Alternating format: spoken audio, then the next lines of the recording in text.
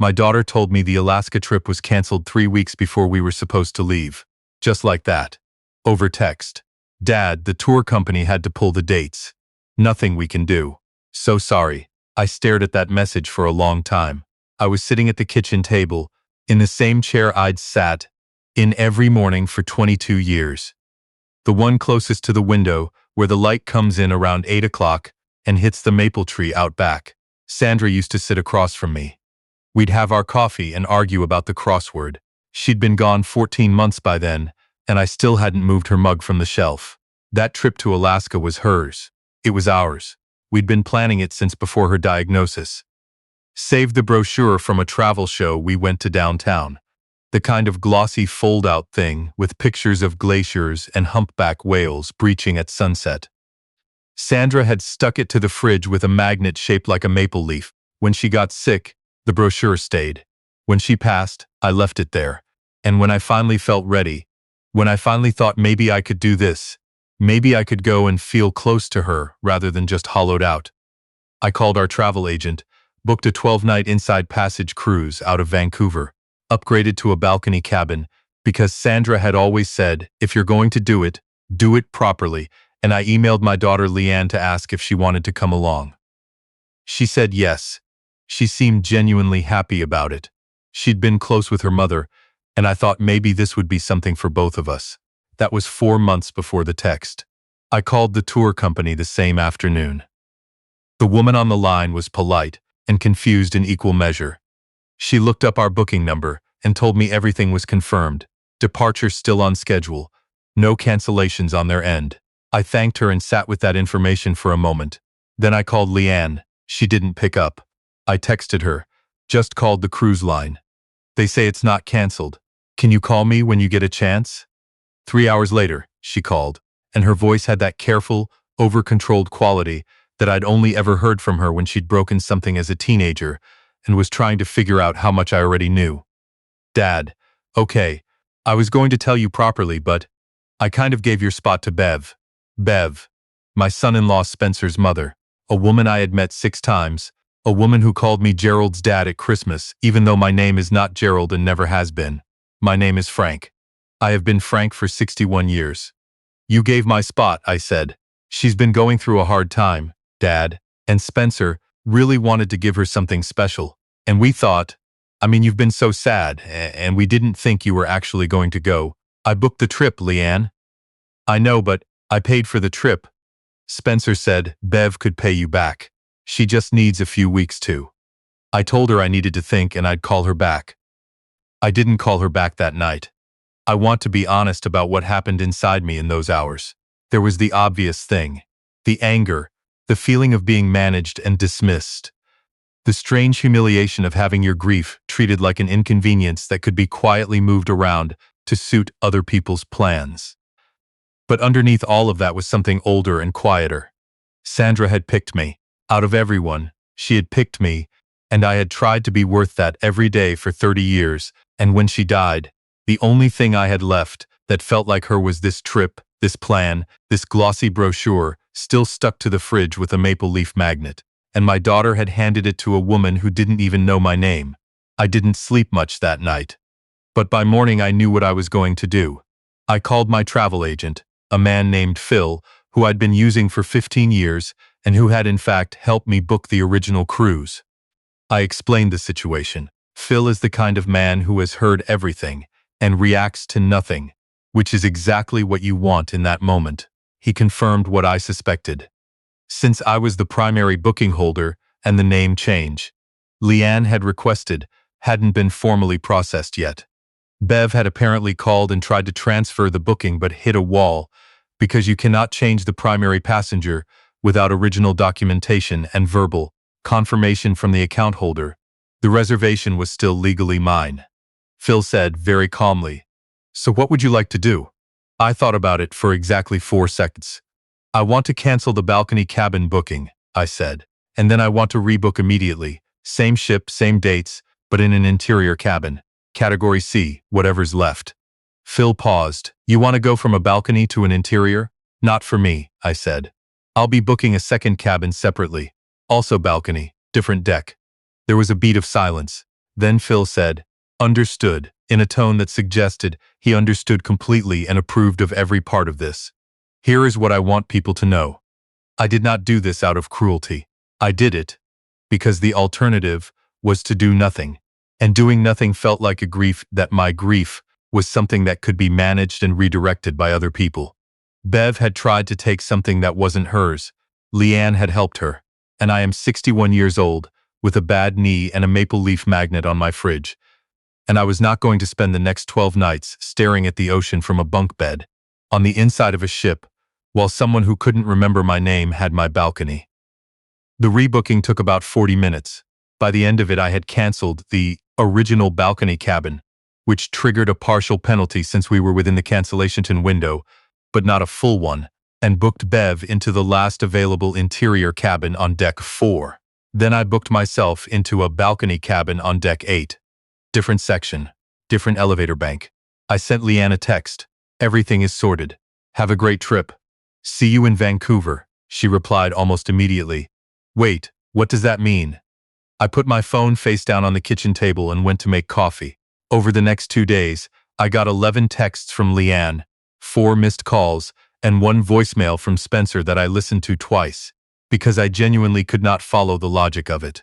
The gist was that I had somehow wronged Bev by canceling a booking she had never officially held, on a trip she had been invited to without my knowledge or consent, and that my behavior was, and this is a direct quote, "petty and frankly embarrassing for a man your age." I did not respond to Spencer. I did call Leanne back, once, briefly. I told her I hadn't canceled her spot. She was still on the booking. Her cabin was confirmed. I looked forward to seeing her in Vancouver.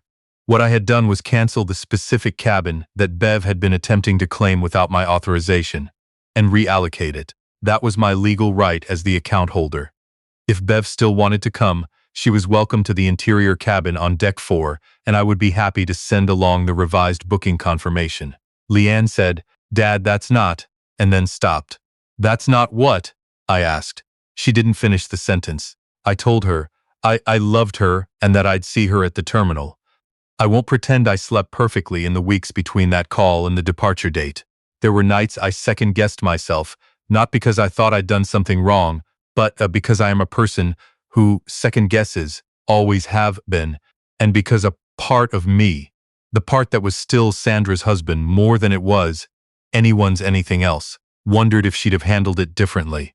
Sandra had a way of making people feel small, without them ever quite being able to articulate why, whereas I tend toward bluntness. She would have found something more elegant, probably. But she wasn't here to be elegant, and I was, and blunt was what I had.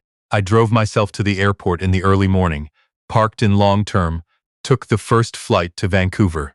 I'd arranged to have a night at a hotel near Canada Place before embarkation.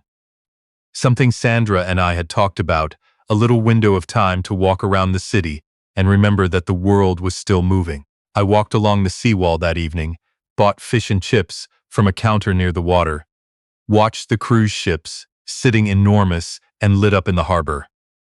I found the one we'd be boarding the next morning and stood there looking at it for a while. I thought about Sandra. I thought about the brochure.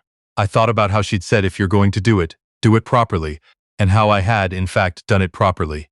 Balcony cabin, deck 8, inside passage, all 12 nights. I slept well that night. Embarkation morning in Vancouver has a particular kind of energy. Thousands of people with rolling luggage and coffee cups, all feeding toward the terminal, like a slow, cheerful river. I checked in early, dropped my bag, and made my way up to the Lido deck with a coffee to watch the rest of the passengers board. I saw them at about 10:40. Leanne first.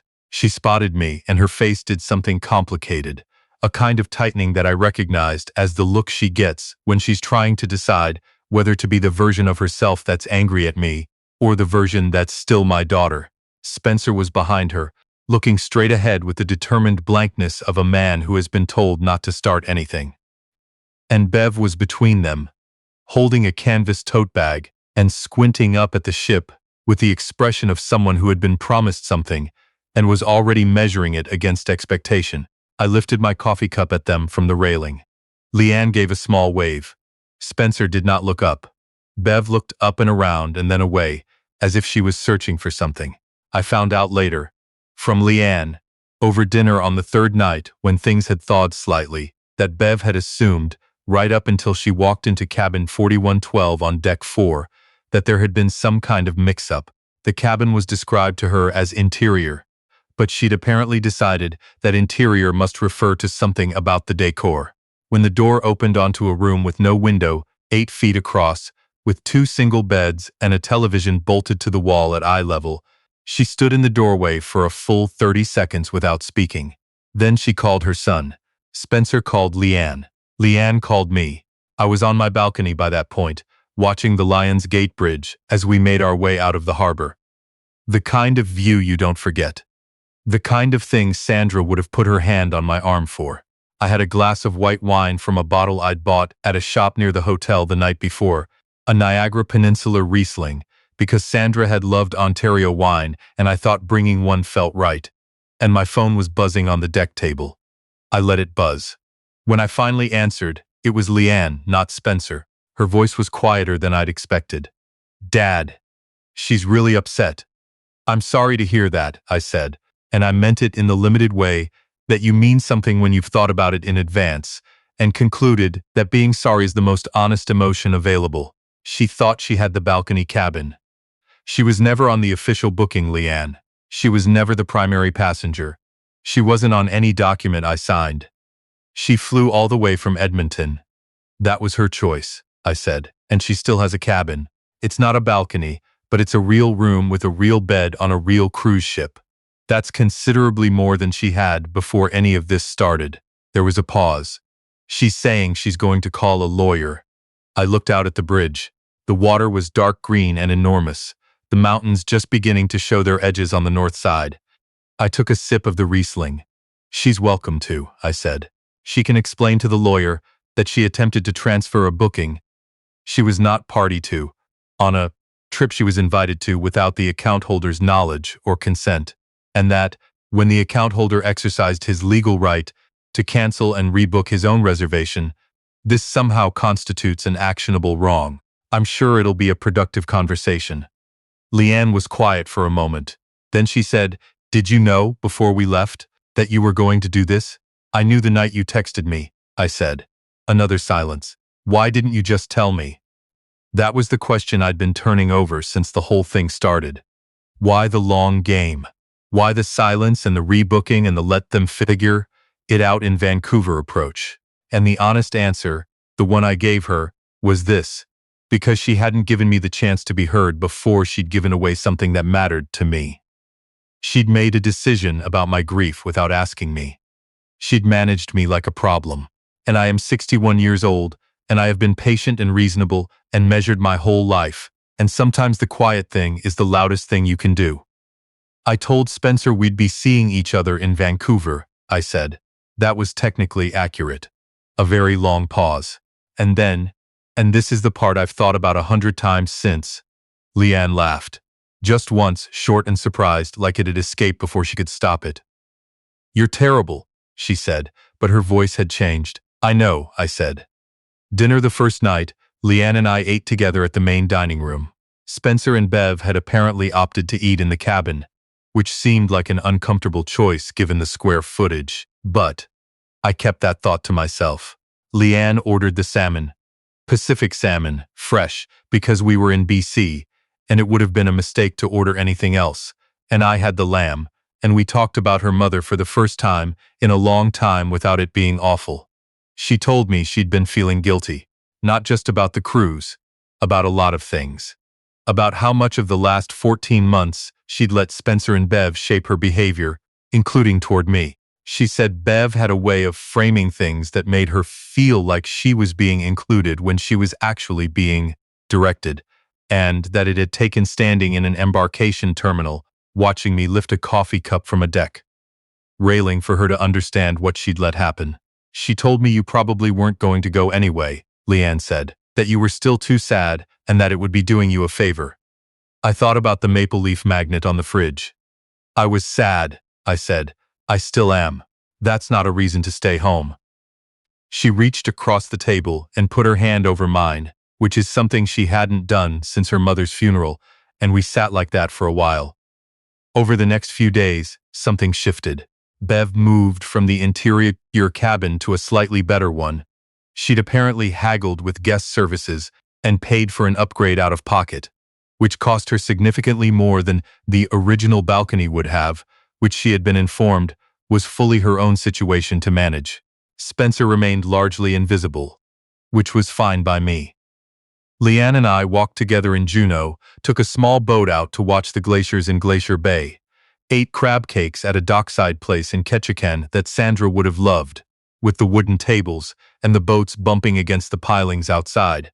In Skagway, we found a photograph, a historical one, printed large and hung in one of the old buildings near the waterfront. Of the White Pass Trail in winter, thousands of people making their way up through the snow in a long, dark line. There was something about it I couldn't stop looking at. All those people going somewhere, deciding to go somewhere, in conditions that looked genuinely terrible. Leanne stood next to me looking at it too.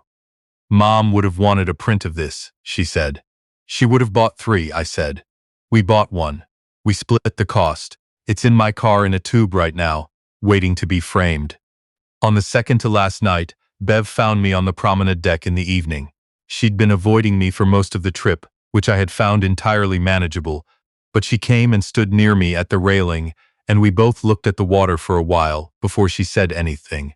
When she did speak, she said, "I want you to know I didn't plan to take anything from you." I looked at her.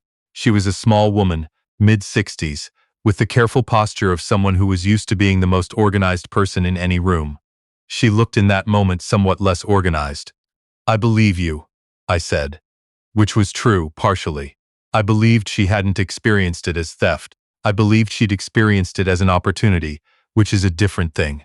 Spencer said you'd probably want compensation for the cost difference. Spencer's right, I said. I'll send an itemized summary when we're home. She nodded. Not happily, but she nodded. You should know, she said, that I did genuinely want to see Alaska. Then I'm glad you got to, I said. Interior cabin and all. She looked at me for a moment, and I thought she might say something sharp. Instead, she turned back to the water. Your wife would have liked this trip, she said. I was surprised enough that it took me a second. Yeah, I said, she really would have. We stood there another minute or two, both of us looking at the same water, and then she went back inside. Last morning, sailing back into Vancouver Harbor in the early light, I was up before the announcement, standing on my balcony with a coffee, watching the city resolve itself out of the gray. The North Shore Mountains still had snow on the peaks. The water was flat and dark. Lions Gate again, closer this time, and then we were through and the skyline was fully visible, all of it, the towers and the green rooftops of the West End and the long curve of the seawall. I had my phone in my hand, not to call anyone, just to take a photo of the view, something Sandra would have done before the ship was even through the bridge. I took it. It was a good photo. Mountains, water, early light, the city just coming awake. Then I sat down, finished my coffee, and stayed on that balcony until the ship was fully docked. And the announcement started, and the sound of rolling luggage began in the corridors outside. I sent Leanne the itemized list of costs 2 days after we got home. The cancellation penalty on the original booking, the rebooking fee, the difference in cabin pricing. Total came to just over $1,100. Spencer paid it 3 weeks later, by e-transfer, without comment. The maple leaf magnet is still on the fridge. The brochure behind it is a little sun-faded now, and one corner has curled. I've thought about replacing it with the Skagway photograph once it's framed, but I haven't done it yet. Maybe soon. Sandra always said that getting there was half the thing. The planning, the anticipation, the version of the trip that existed only in your head before the real one replaced it. She was right about most things, and she was right about that. I got there. It was better than the version in my head, which I didn't think was possible.